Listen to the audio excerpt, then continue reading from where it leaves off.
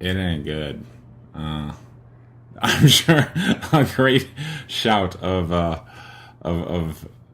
absolute Schadenfreude, which, if you're not familiar with the term, that is a German word, which means you are taking delight in the misfortune of others. Is coming from the Comicsgate crowd, because they've been kind of making war on this movie for a while, and I had this just as a movie maker, as an entertainer. I really felt like the movie was on a rough footing. For one, I mean, look, it's an action story, right? And one thing you got to understand about action stories, action movies, is action movies need compelling actors. Arnold Schwarzenegger talked about the movie Predators, which was, not a bad movie. But if you go and you look at the person who was in it, he was like, this person is not an action star here. Let me show you Predators real quick. And Arnold was like, if they just would have put a better action star in the movie, then they would have done probably written by bass star, Adrian Brody. So, good film, but the star power of Adrian Brody wasn't enough to carry it. And so now we've got, Brie Larson. Has she ever done an action movie before? I'm going to say no. If so, it's one I've never heard of, which is equally damning if we're discussing, headlining, like a $150 million action movie. I remember, I'm a huge Ronda Rousey fan. I remember back when they were talking about casting her as Captain Marvel. She would have been good, because, you need, except she can't act, but you still need somebody who's formidable. You need to look at that action star and go, wow, that person is a badass, and I don't want to mess with them. And when it comes to female action stars, and that's where Gal Gadot did a good job, because, she was a soldier for Israel. And, Jennifer Garner, who I met in person once. It was neat. She, back in those, roles for Alias, she looked good, and she had a fairly athletic look to her. She looked ripped. So, Brie Larson, I've never seen any pictures of her where she looks physically formidable. And the movies certainly never put out any videos of her doing, like fight training where I'm looking at her like, wow, that's a pretty sweet takedown, or that's a nice punch. So, just going back to basic Hollywood formulas, Brie Larson is not the person to headline a $150 million action movie. She's just not. It was not a good choice. So, and then, her feminism and the idea, the thing about human nature is that success breeds failure. And I remember when I was first exposed to this concept as an engineering student back in college, they showed us this film, To Engineer is Human, and it talks about whenever we start off on a new project, or we're engineering something that's never been designed before, there are all kinds of redundancies and safety built into the design. Like they usually do pretty well, and they're very safe. But once you have a success, then people look at that and they go, well, I could do it better. But when they make it better, they tend to take away some of those safety concerns, because now people are more familiar with the concept. And of course, you advance that through time, and then eventually you end up with something that will fail, because you've taken away so much of the safety in exchange for efficiency. And so in engineering, you have this cycle where success will eventually breed failure. Then once you have a failure, now it brings back the cycle of, we need more safety involved and stuff. And you see this play out in movies where you have success, and then people are like, oh, cool, I'm successful because I'm a genius. And that's how everybody feels when they're successful. They go, I'm a genius. So they stop listening to, conventional wisdom. They're like, those people don't know anything. So, and Marvel has been on quite a tear. Like, every Marvel movie has just been setting the world on fire. Except this one. God, look at these Metacritic scores. Here we go. 65 is the total composite. And what's really damning is if you take a look at who gave it a yellow score. Wall Street Journal, Joe Morgenstern. Slate. Vox. The Atlantic. I mean, they went so hardcore involved of courting feminism and making this some type of intersectional movie, and choosing Brie Larson because, she used her time at, one of her acceptance speeches to, recognize other women who were, sexually assaulted in the Hollywood industry and whatnot, so they were clearly choosing her for political reasons, and she certainly was not shy about expressing her political opinions. And so these were the people, Vox, that's absolutely the person you would expect, the critic for Vox, you would expect to be like 100. Instead, Vox gave it a 60. A 60. That is horrendous, right? Like, this movie is, it may end up making a profit. This movie's gonna struggle. And unfortunately, this is going to set a very dangerous precedent. The way that Prometheus did, going back, there was so much hype about Prometheus. I was so excited to see it because, Ridley Scott returning back to the Alien franchise. I'd been disappointed in some Alien movies and the Alien versus Predator, blah. Finally, I'm like, yes, Prometheus, we're going to watch it. It's going to be awesome. And you go and you watch. And the movie itself was successful commercially, but there was so much disappointment regarding it that, then Alien Covenant came about, and that one was not financially successful. And then we get, now it looks, originally it was supposed to be a trilogy. It was supposed to be Prometheus and then 2 more movies. And now it looks like there's not going to be a 3rd movie. So we're just left with the ending of Alien Covenant with David the android designing it was a horrible ending. But Captain Marvel is certainly going to throw a monkey wrench into that smooth running money machine that was the Marvel Cinematic Universe. Like they were doing home runs one after another, and this one is going to be a pretty clear ball. And once that happens, like the mystique of the brand of, if it's a Marvel Cinematic movie, that meant I could go and watch it and just stand up and feel good that I went. Because I was entertained. And I liked the movies other people did. Like, I liked Iron Man 2.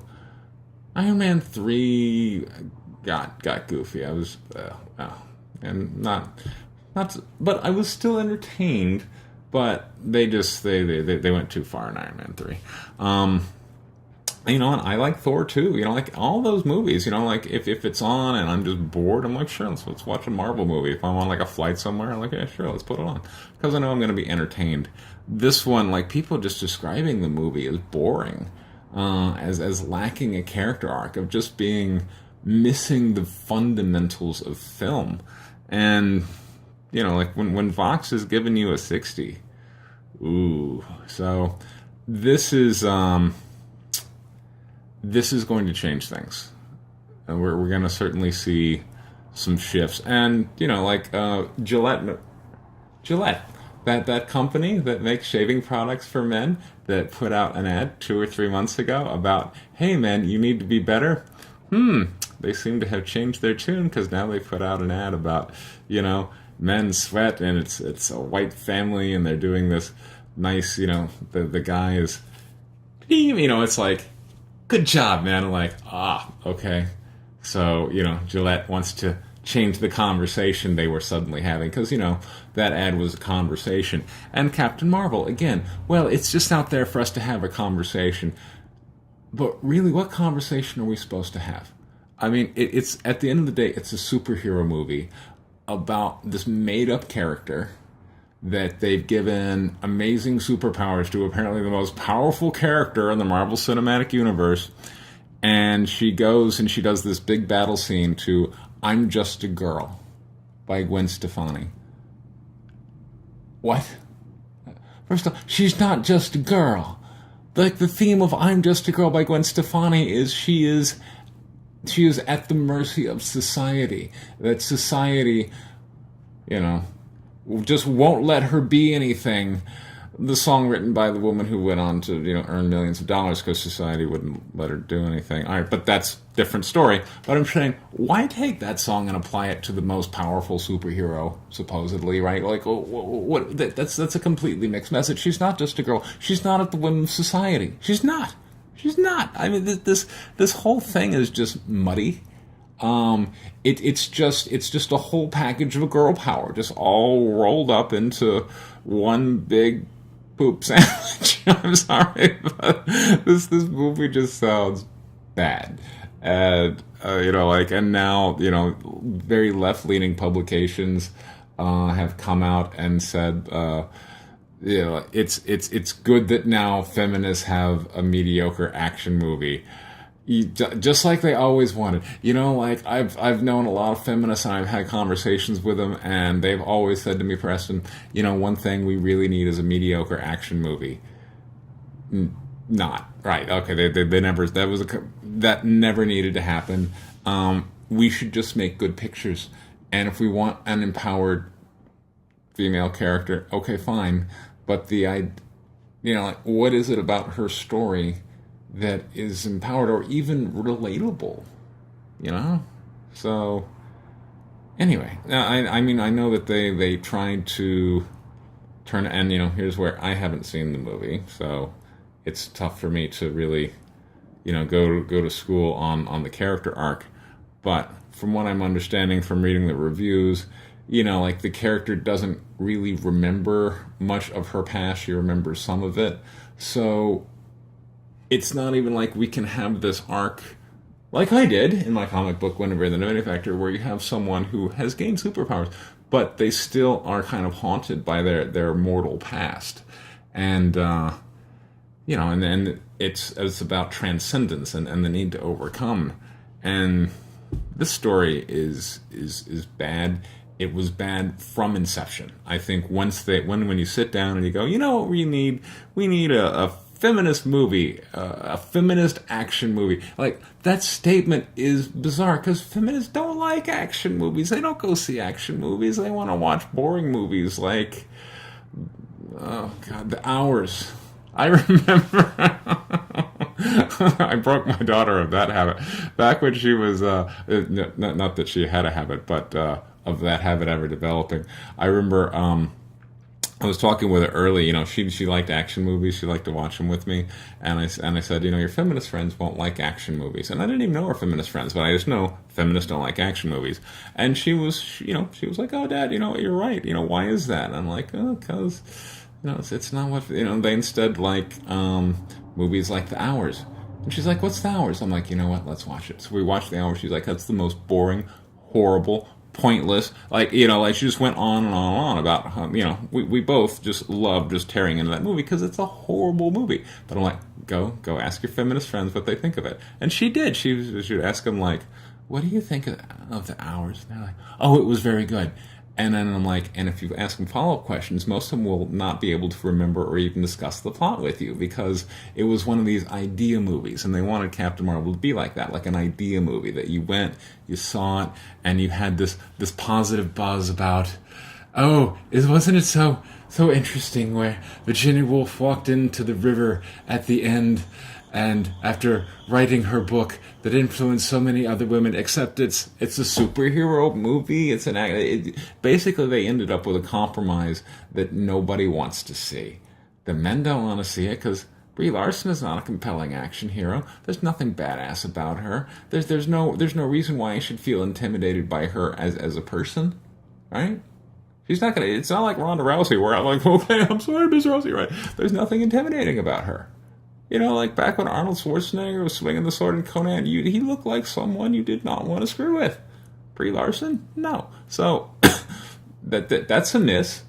Not to mention their marketing, to men. No. These weird messages of white men. I don't want to have I want to have fewer basically white male critics covering this movie, which she would later go, well, no, I don't really mean that. I just mean, like, essentially, if you take the message and you boil it down, wouldn't it be nice if women liked action heroes? So here, we're going to give them one. It's going to be a feminist action hero. And no. So anyway, it will be interesting to see which direction the Marvel Cinematic Universe goes after this. But, this one could be their downfall. It'll be interesting to see how it turns out over the next couple of years. Anyway, please subscribe. I need to get to 100 subscribers so that I can change my channel name, because currently it implies that I do astrology, which I don't. That was my second ex-wife. Long story. Anyway, need to get to 100 subscribers on that one. So please subscribe. And by the way, I'm doing a Kickstarter campaign for my series on the deadliest female fighter pilots who ever lived, and for specifically the sketch cover of issue 2 in anticipation of issue 3 coming out next month. So I'll leave a link for that in the description. Thanks so much. Bye.